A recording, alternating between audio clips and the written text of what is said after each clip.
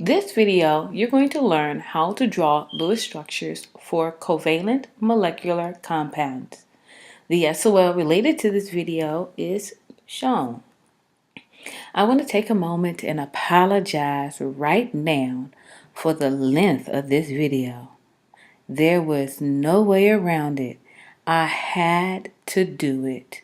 So I'm just going to ask you to buckle your seatbelts and get ready for the ride on learning how to draw Lewis structures. Here we go. So before we actually start drawing the structure for covalent molecular compounds, there are a few things we need to cover.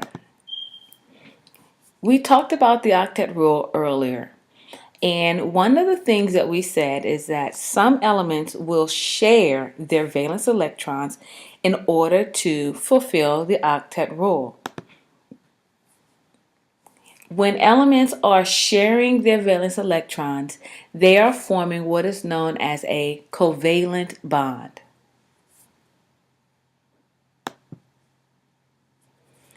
Anytime atoms or elements are held together by a covalent bond, those particular compounds are then called molecules. Remember, when you have two or more nonmetals fulfilling the octet rule together, they are doing so by forming a covalent bond. So there are different types of covalent bonds. You could have a single covalent bond or a single bond where there is one line representing two shared pair of electrons. Or you could have a double covalent bond, also called a double bond, where there are two lines between two atoms representing two shared pair of electrons. Or you could have a triple covalent bond or triple bond, where there are three lines and there are three pairs of electrons being shared between two atoms. A diatomic molecule consists of two atoms joined by a covalent bond. An example of that would be CO, carbon monoxide, and hydrogen chloride or hydrochloric acid. We also have 7 special elements, and they are your special 7 diatomic molecules. These 7 elements will never be found in nature in the uncombined state. This is the 7 elements as they appear on the periodic table. As you can notice, the first element is nitrogen, and they actually make out the number 7 by their placement on the periodic table. Here are some molecular compound terms that you need to know. The first one is the molecular formula. The molecular formula will show you how many atoms of each element are in a molecule. For example, the molecular formula for water is H2O. This formula shows me that water is made up of 2 hydrogens and 1 oxygen. The structural formula, also called the Lewis structure, shows how the atoms are joined or connected together. This is the Lewis structure for water. You will notice that oxygen is in the center and there are 2 hydrogens connected to the oxygen by a single covalent bond. These 2 electrons at the top are called your lone pair electrons. In this video, you're going to learn how to draw the Lewis structure for compounds like water. The next term you need to be familiar with is known as the molecular shape. This shape is how the molecule would look like if you saw it in 3D or you actually saw it in space. You'll notice that the same atoms are connected to oxygen, but the bond angle is different. We will show you how to come up with the correct molecular shape of a molecule in a future lesson.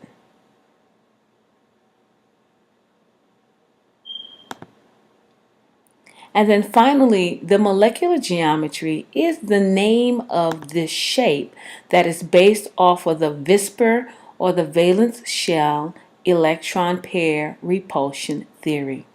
This shape, any molecule that has this shape, the molecular geometry would be bent. So we've done a brief introduction of what is a covalent molecular compound. We've looked at some terms that you need to be familiar with. And now let's begin by drawing some Lewis structures for some simple molecular compounds. Now we've looked at the definitions for molecular or covalent compounds. We talked about the molecular formula and we talked about the structural formula.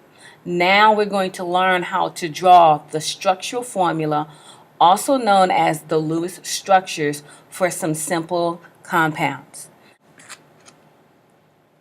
So these are your rules for drawing the Lewis structures.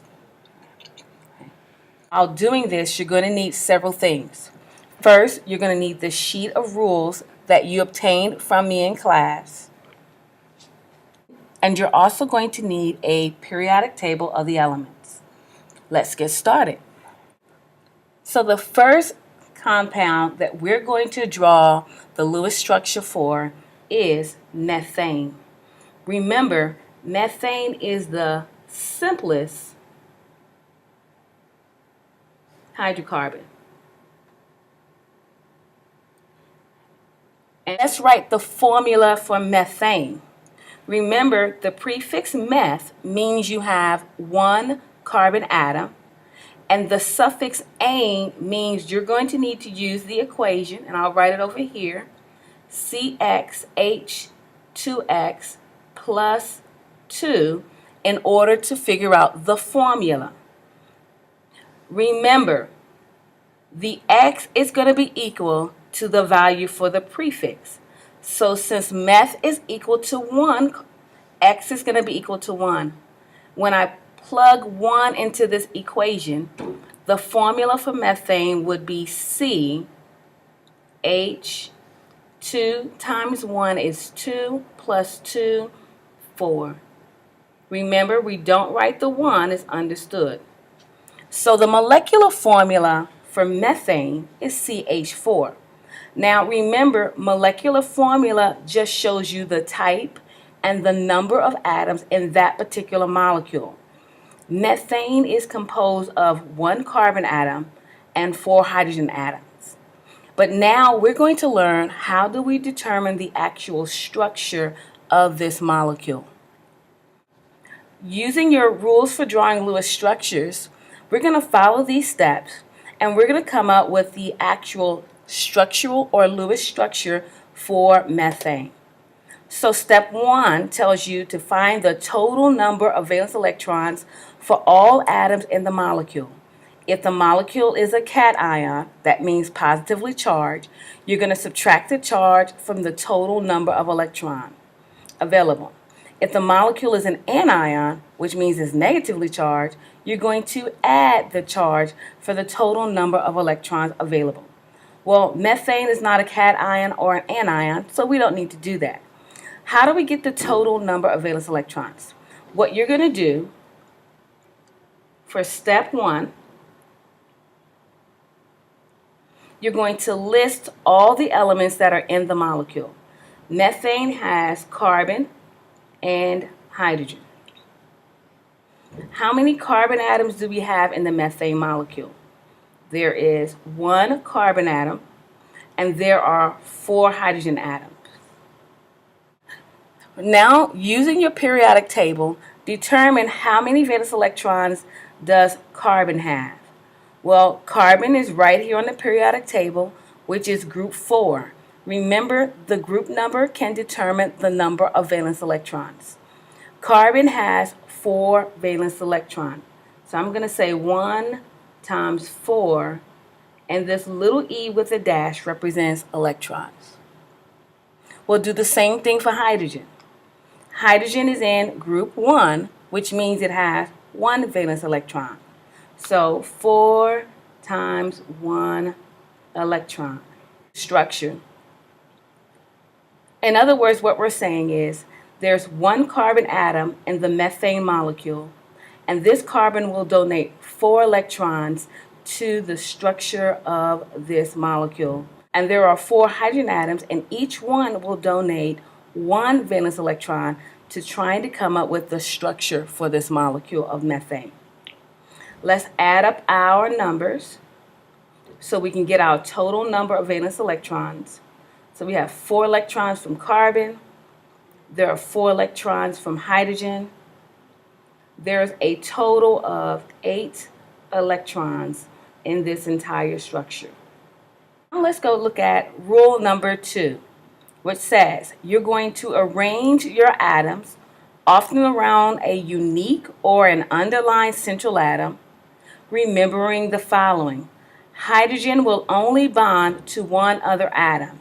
Hydrogen will never be the central atom.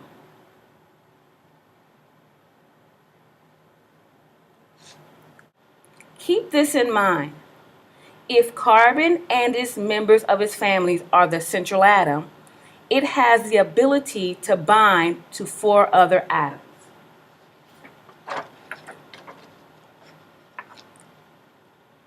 Here is carbon on the periodic table, and the other nonmetal in the same family as carbon is silicon.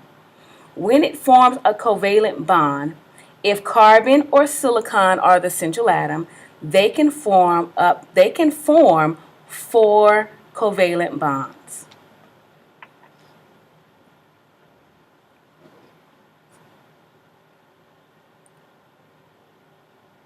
If nitrogen and members of its family is the central atom, it can bind to 3 other atoms and have 1 lone pair. Nitrogen, phosphorus, and arsenic are the 3 nonmetals in this group. What it is saying is if nitrogen, phosphorus, or arsenic is the central atom, they can only form 3 bonds, and they will have a lone pair of electrons on the central atom. Whereas carbon and silicon can form 4 bonds, and they don't have any lone pairs on their central atom.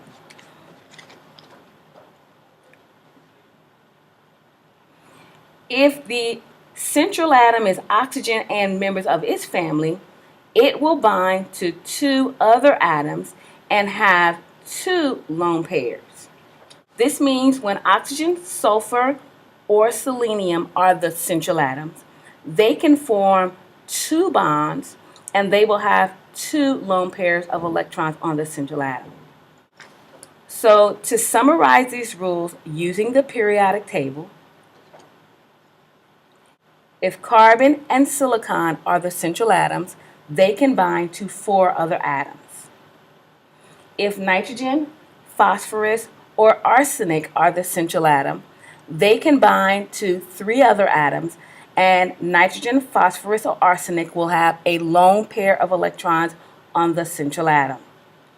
If oxygen, sulfur, or selenium are the central atoms, they can form a bond with 2 other atoms, and there will be 2 sets of lone pair of electrons, or 2 lone pair electrons on oxygen, sulfur, or selenium. So let's go back to our practice problem of methane. Here we have CH4. We have 8 electrons. We need to figure out who's going to be the central atom. Well, remember what we said. Hydrogen can never be the central atom because it can only bond to 1 other element or 1 other atom. So that leaves carbon. So what I'm going to do for step 2 or rule 2, I'm going to take my carbon. I'm just going to draw a C here. And then I'm going to place 4 hydrogens around the carbon atom. Now you're going to do 4 because that's how many hydrogen atoms are in this molecule. So it looks like this.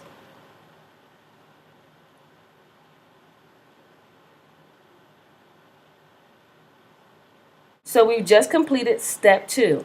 We've gotten our central atom, and we've arranged our elements around that central atom.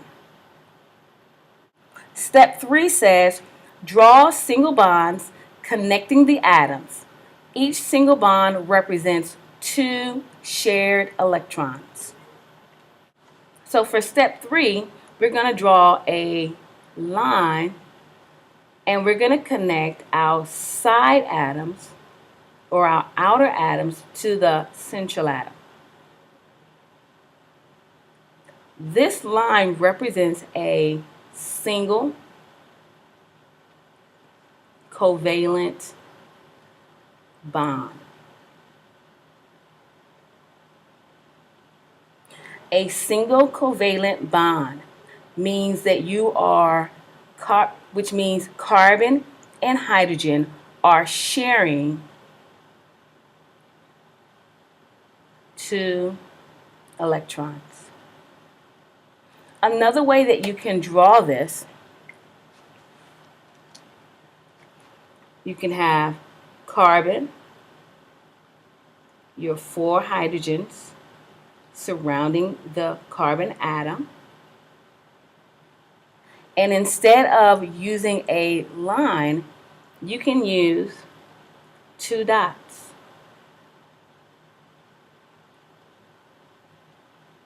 These 2 dots also represent a single covalent bond.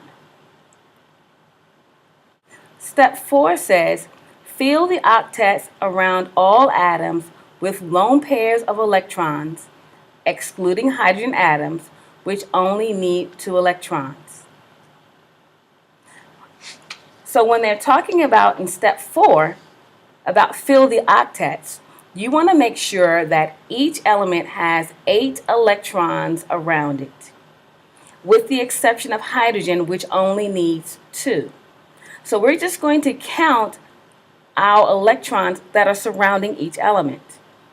This line represents shared electrons, which means these electrons right here belong to both hydrogen and carbon. So when I ask you how many electrons are around this carbon atom, if you count by 2s, there are 2, 4, 6, 8 electrons around the carbon atom. So the octet rule is fulfilled for carbon. So for this hydrogen atom, these electrons, not only do they belong to carbon, they also belong to hydrogen. So there are 2 electrons for this hydrogen atom. There are 2 electrons for this hydrogen atom, 2 electrons for this hydrogen atom, and 2 electrons for this hydrogen atom. All 4 of the hydrogen atoms fulfill the octet rule. Step 5 says, now you're going to count up all the electrons used in your molecule. If this number equals the number of valence electrons available in step 1, then you are done. If this number is larger than the number of valence electrons available in step 1, then we need to move on to step 6. So, step 5.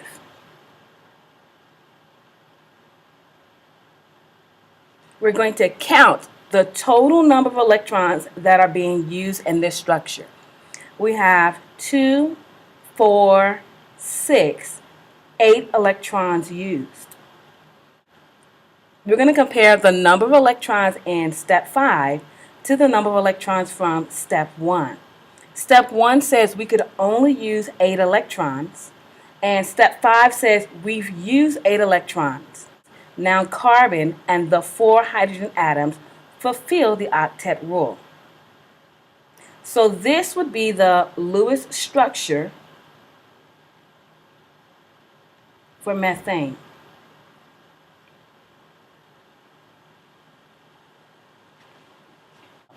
We're going to write the Lewis structure for water. So first thing we need is the molecular formula for water, which is H2O, which means water is composed of 2 hydrogen atoms and 1 oxygen atom. Step 1, we're going to determine the total number of valence electrons.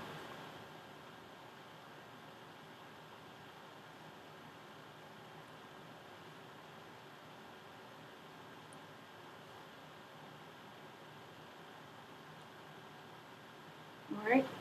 So water is composed of hydrogen, oxygen.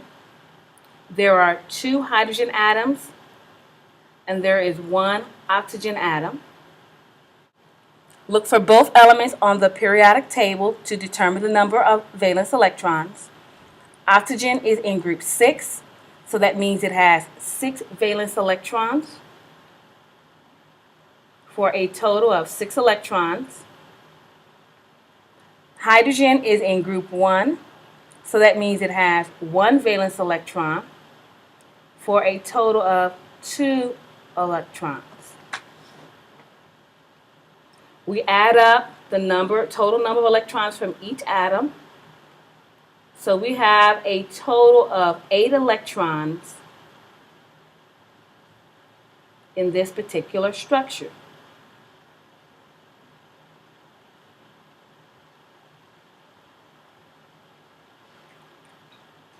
Step 2,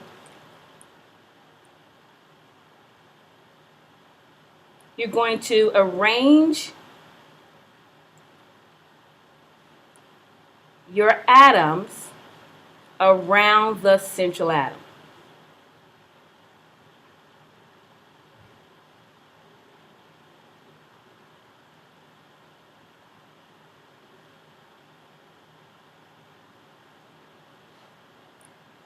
Remember, hydrogen can never be a central atom, so the only other element that can be the central atom would be oxygen.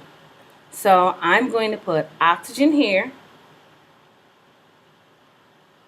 and I'm going to put the 2 hydrogens around it. If you wanted to, you could have put a hydrogen at the top and at the bottom, or one at the top, one to the left, it doesn't matter. We've completed step 2. We've arranged our atoms around the central atom. For step 3, we're now going to connect our atoms together.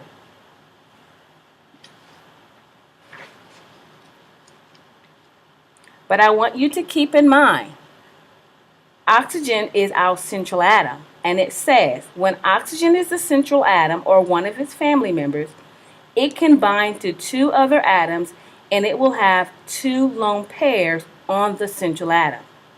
So oxygen being the central atom, these are the 2 atoms, both hydrogens, that it can bond to, and there's going to be 2 what are known as lone pairs on the central atom. So these 2 dots right here represent your lone pair, also known as your unshared pair of electrons.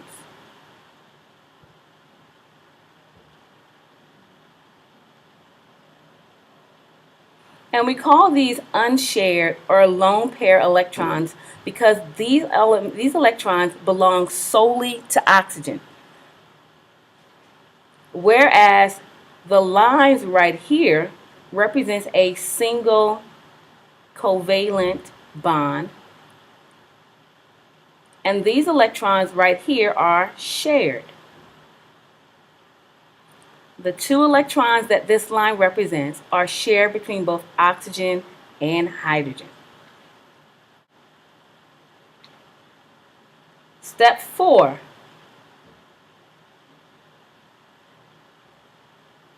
You're going to make sure all your atoms fulfill the octet rule.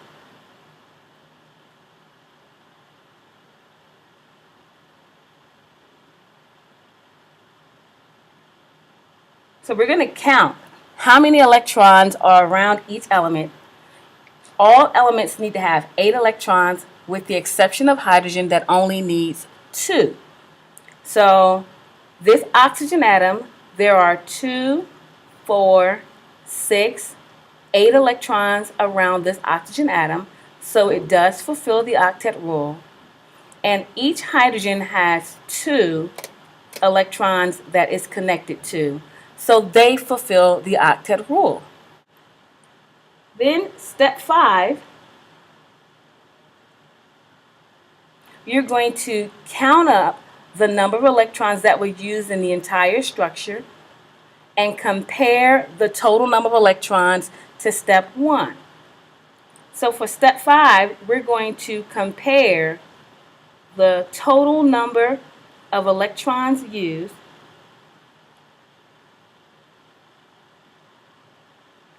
to step 1's number.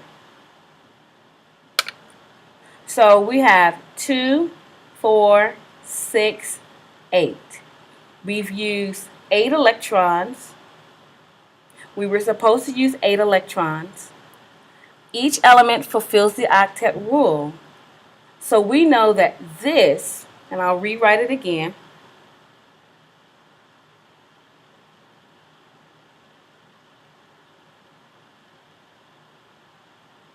would be the Lewis structure for water.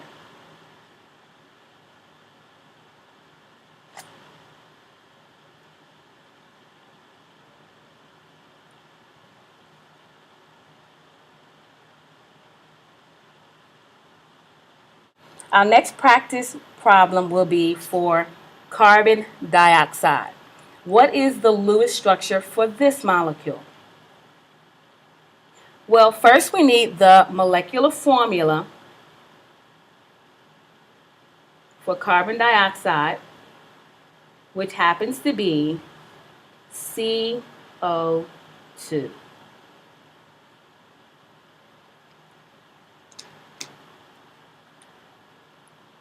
So in step 1, when trying to figure out the Lewis structure for a molecule, you get the total number of valence electrons. Carbon dioxide is composed of the atoms carbon and oxygen. There is 1 carbon atom in the molecule, and there are 2 oxygen atoms in the molecule.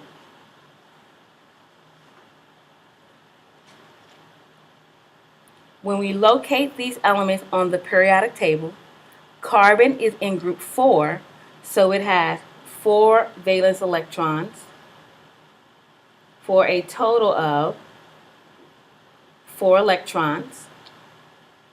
Oxygen is in group 6, so each oxygen atom has 6 valence electrons for a total of 12 electrons from oxygen.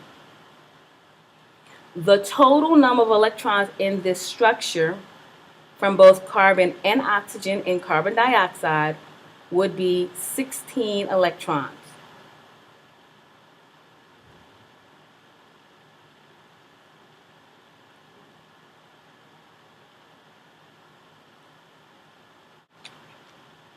So for step 2, we have to identify the central atom and arrange our other elements around the central atom. The carbon dioxide molecule is composed of carbon and oxygen. Only one of these can be the central atom. So how do you determine it? There are several ways you can do it. The easiest way is to look at where the elements are on the periodic table. The element that is furthest away from fluorine is typically going to be the central atom. The reason why we use fluorine is because fluorine has the highest electronegativity value. And remember the periodic trend. As you get further and further away from fluorine, your electronegativity values drop. We like the central atom to be the element that has the least electronegativity, so therefore carbon would be your central atom in this example.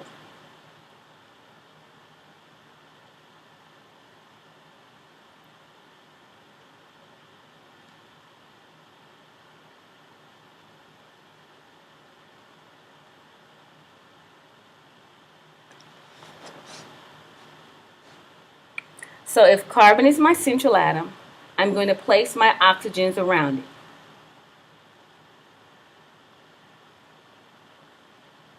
Step 3, we're going to draw single bonds connecting atoms to each other.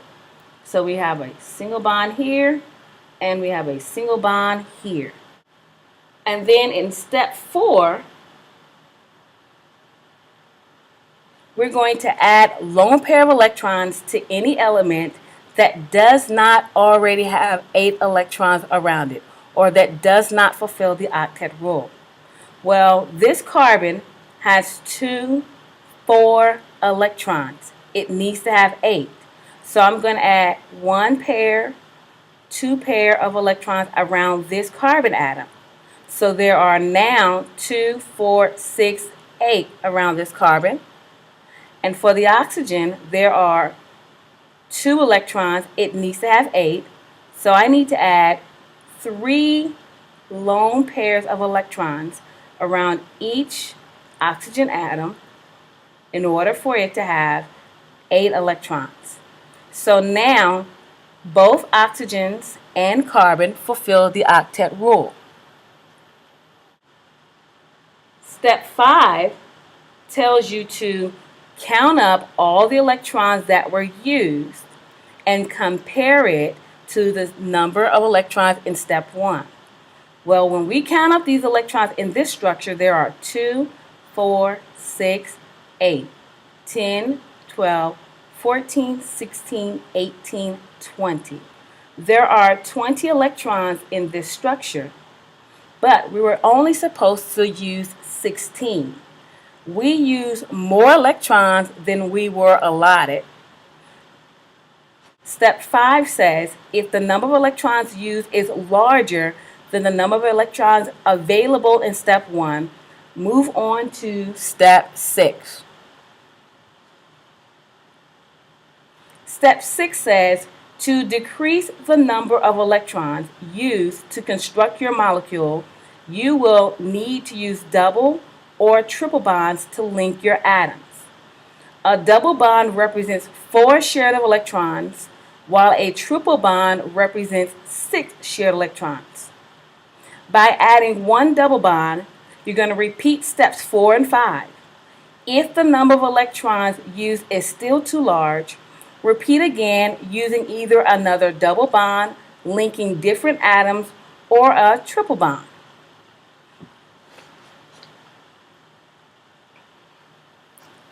So what happens is we're going to need to redo this. This structure is not the correct Lewis structure because we used too many electrons. So starting over, we have carbon, we have oxygen,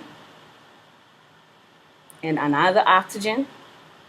We know single bonds didn't work, used too many electrons. So now let's try 1 double bond. All right, and a single bond here. We have 2, 4, 6, 8 electrons around this first oxygen atom. There are 2, 4, 6, 8 electrons around the carbon atom.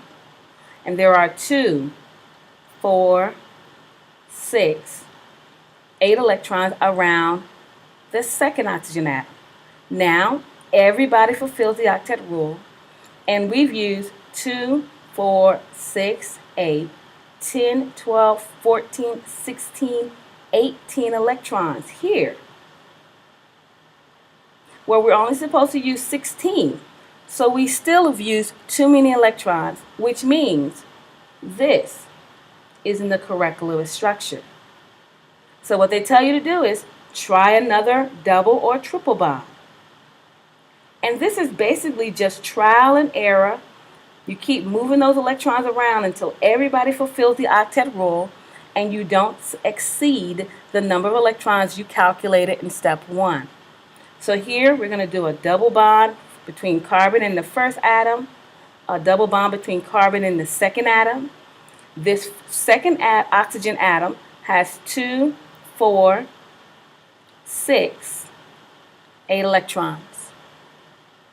The first oxygen atom, there are 2, 4, 6, 8 electrons.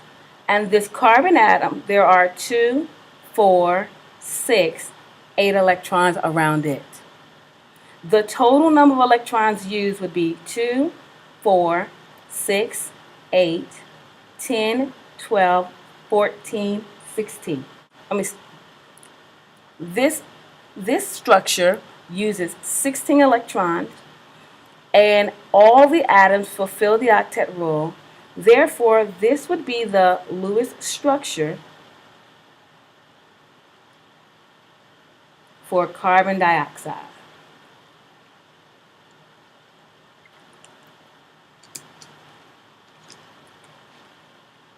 Make sure you understand that when you have two lines between two atoms, that represents a double covalent bond or a double bond. Let's try another practice problem. We're going to write the Lewis structure for carbonate, which is one of our polyatomic ions. Carbonate is a molecule, and the molecular formula for carbonate is CO3 2-. In writing the formula for carbonate, the first thing you want to do, step 1, again, is we need to get the total number of valence electrons. The carbonate molecule is composed of two atoms. You have carbon and oxygen. There's one carbon atom, and there are 3 oxygen atoms in this particular molecule. When we look at these elements' location on the periodic table, we see that carbon is in group 4, so that means it has 4 valence electrons.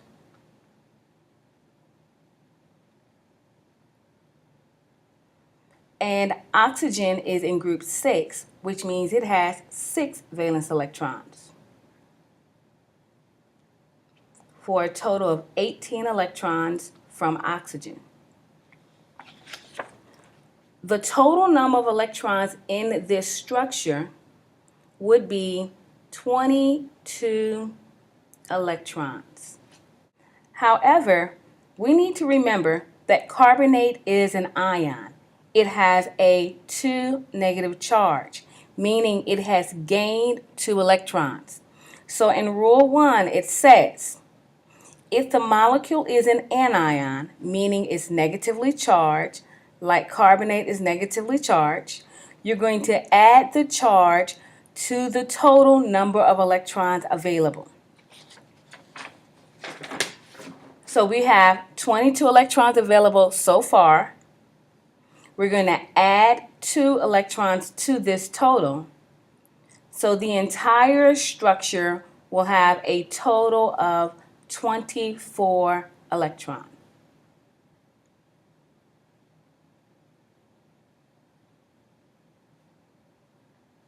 For step 2, we need to determine between carbon and oxygen which one will be the central atom. Well, if we look at the location, let me move this over a little bit. If we look at the location of carbon and oxygen on the periodic table, carbon is further away from fluorine. Therefore, carbon would have the lowest electronegativity, and therefore it would be your central atom. So carbon is my central atom, and I'm going to have 3 oxygens surrounding the carbon because there are 3 oxygens in the molecule. For step 3, we will draw our line so that to connect the atoms. So now all of the atoms are connected. In step 4, we're going to fulfill the octet rule by adding lone pairs to any atom that does not have 8 electrons around it. So if we look at carbon, there are 2, 4, 6. It needs one lone pair of electrons. So now this carbon fulfills the octet rule. Each of the oxygens have only 2 electrons. So each oxygen will need to have 3 lone pairs added to them so that they will fulfill the octet rule.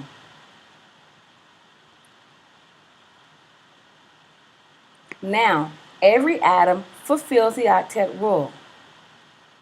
In step 5, we count all the electrons that are in this structure and we compare the total electrons in the structure to the total number of electrons from step 1. This structure of carbonate has 2, 4, 6, 8, 10, 12, 14, 16, 18, 20, 22, 24, 26 electrons. So we have 26 electrons, but we could only use 24. This lets me know that this can't be the correct structural formula for the carbonate ion. So step 5 says if your number of electrons you use is larger than the total, then you're going to start having to use a double or a triple bond. We start over again. We have our carbon. We have our 3 oxygens surrounding it.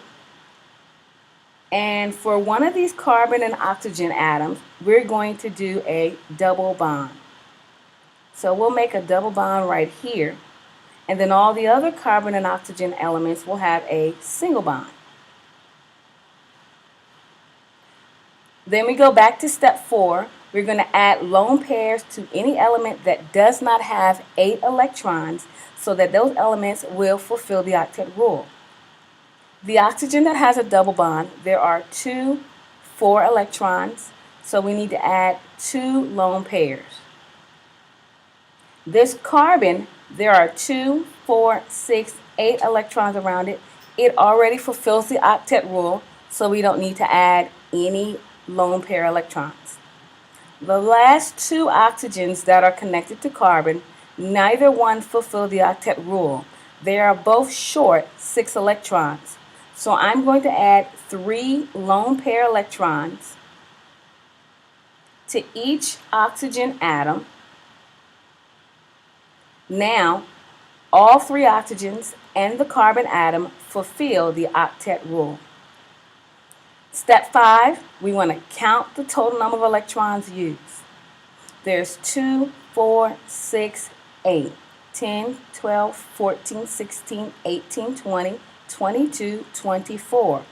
This structure uses 24 electrons, and we had 24 electrons to use. Each atom in this structure fulfills the octet rule. So this lets me know that this is the Lewis structure for carbonate.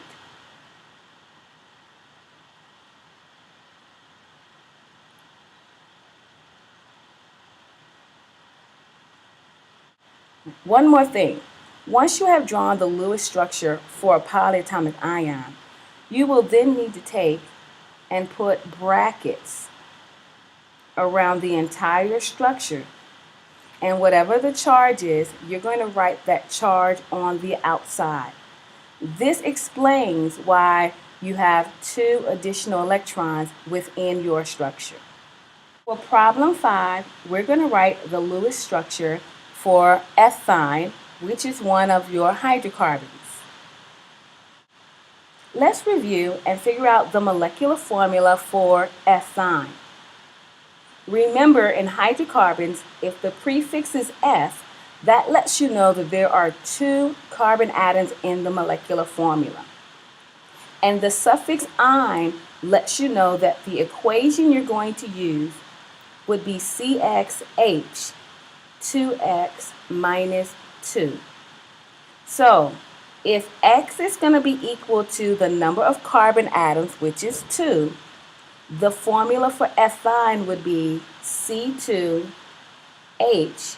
2 times 2 is 4, minus 2 is 2.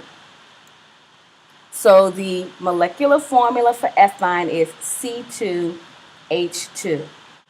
Step 1, you're going to get the total number of valence electrons. This molecule, ethine, has 2 atoms, carbon and hydrogen. There are 2 carbon atoms and there are 2 hydrogen atoms. Using the periodic table, we see that carbon is in group 4, so that means it has 4 valence electrons.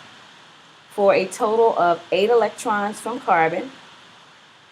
Hydrogen is in group 1, which means it has 1 valence electron, for a total of 2 electrons from hydrogen.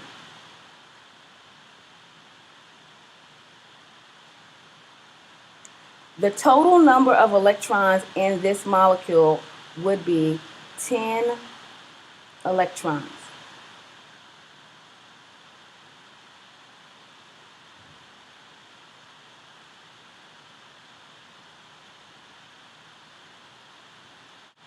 For step 2, we arrange the atoms around the central atom.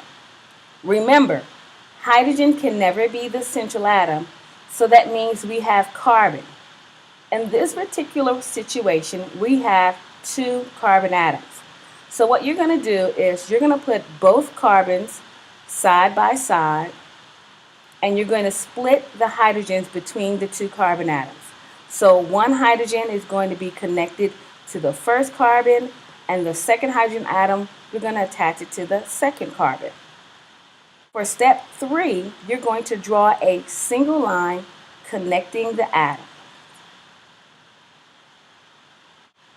Step 4, we're going to make sure that every element fulfills the octet rule. If it doesn't fulfill the octet rule, we're going to add lone pairs until it does. Remember, even though it's called the octet rule, hydrogen only needs 2 electrons in order to fulfill that rule. If you look at each hydrogen, there are 2 electrons connecting to each hydrogen atom, so they fulfill the octet rule. This first carbon has 4 electrons around it.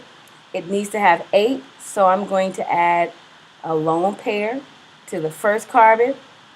I'm going to add a lone pair to the second carbon, or 2 lone pairs to the second carbon.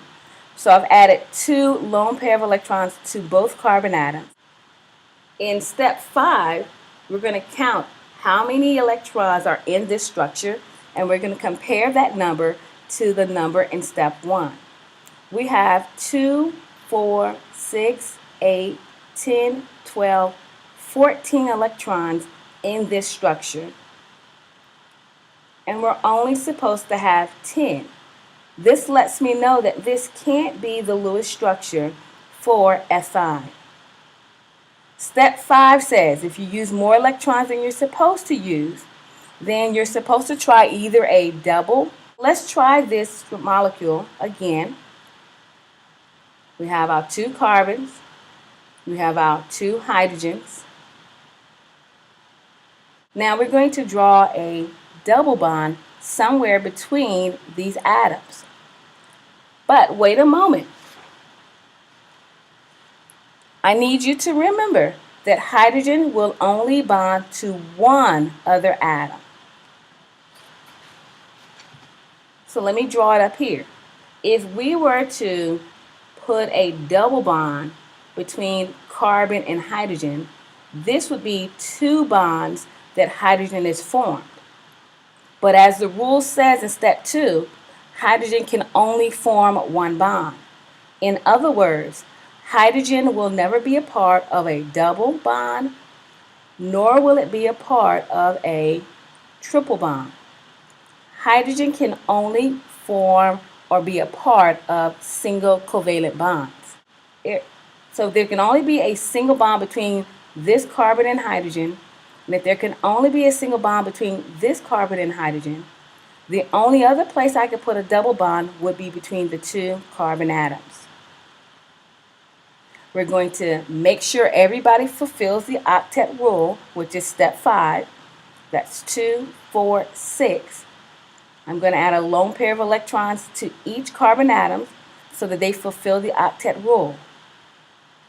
Step 5 says count the total number of electrons that have been used. There are 2, 4, 6, 8, 10, 12 electrons. This structure uses 12 electrons, but we only have 10 electrons, which means this is not the formula for Fi. Well, if it doesn't work with a double bond between the two carbon atoms, our only other option is to try a triple bond. Again, remember, we're going to redraw our structure.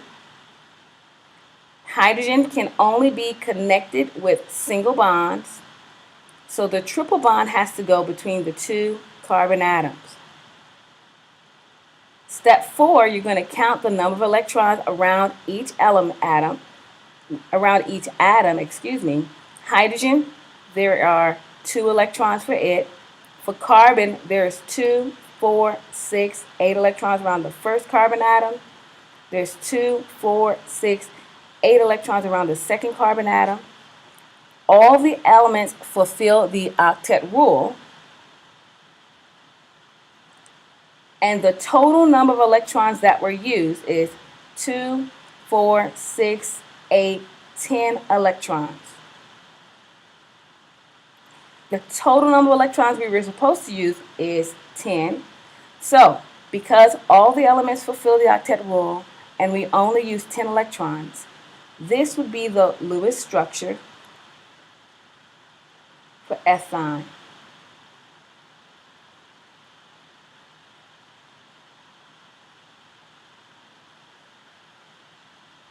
So this will conclude the video on drawing Lewis structures.